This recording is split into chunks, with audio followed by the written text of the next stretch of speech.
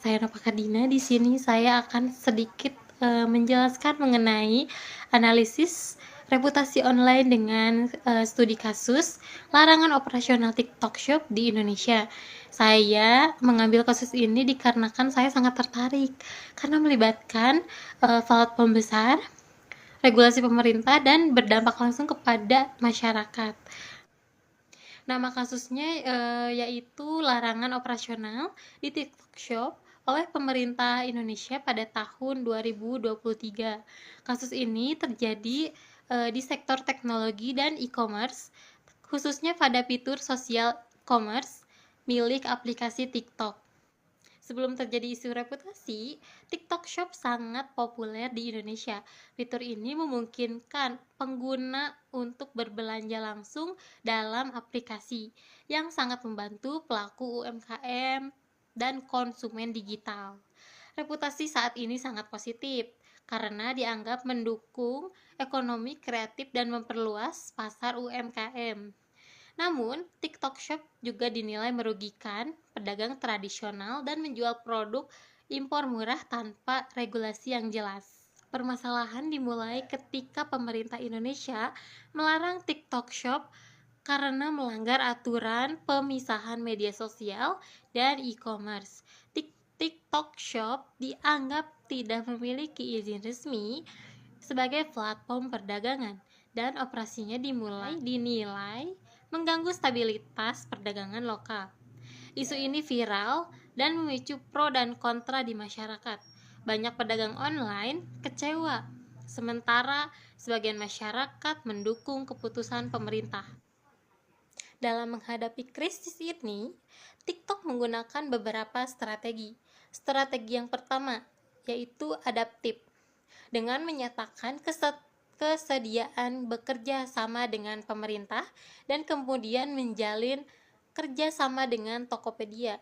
Strategi yang kedua yaitu defensif, dengan menyampaikan bahwa mereka tidak berniat merugikan siapapun dan tetap mendukung UMKM.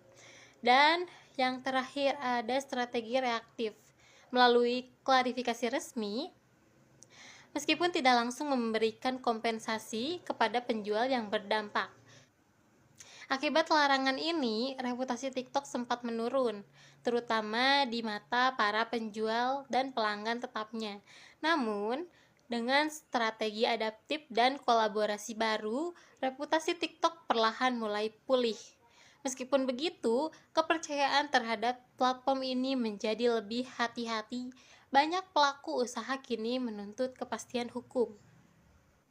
Dari kasus ini, kita belajar bahwa membangun reputasi online tidak cukup hanya lewat popularitas.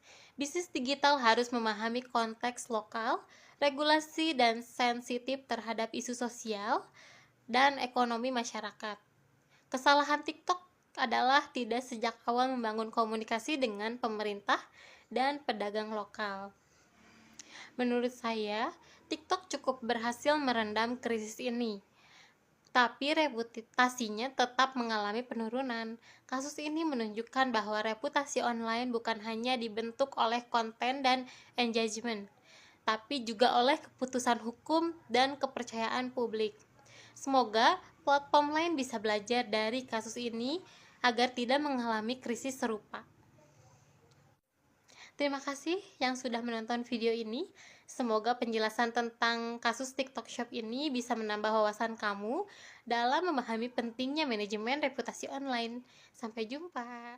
Alasan kenapa TikTok Shop ditutup, selain karena dikatakan sebagai pembunuh UMKM, dan menurut Bapak Presiden juga sempat mengatakan UMKM ini harus dilindungi dan jangan sampai ada predatory pricing. Dari awal, TikTok itu mengeklaim dirinya sosial media. Dalam revisi Permendak nomor 50 tahun 2023, ditegaskan bahwa sosial media maupun e-commerce tidak diperbolehkan menjalankan fungsinya secara bersamaan. Dan TikTok juga tidak mempunyai izin e-commerce di Indonesia. Zulkifli Hasan menegaskan sosial media seperti TikTok tidak diperbolehkan melakukan transaksi jual beli barang maupun jasa. Dia pun mengancam menutup platform sosial media yang melanggar aturan tersebut. Pemerintah menyebut sosial media hanya boleh digunakan sebagai media promosi barang atau jasa dan tidak boleh melakukan transaksi secara langsung. Nah, jadi gimana nih untuk solusi yang tepat buat yang udah jualan di TikTok Shop? Jadi itu tadi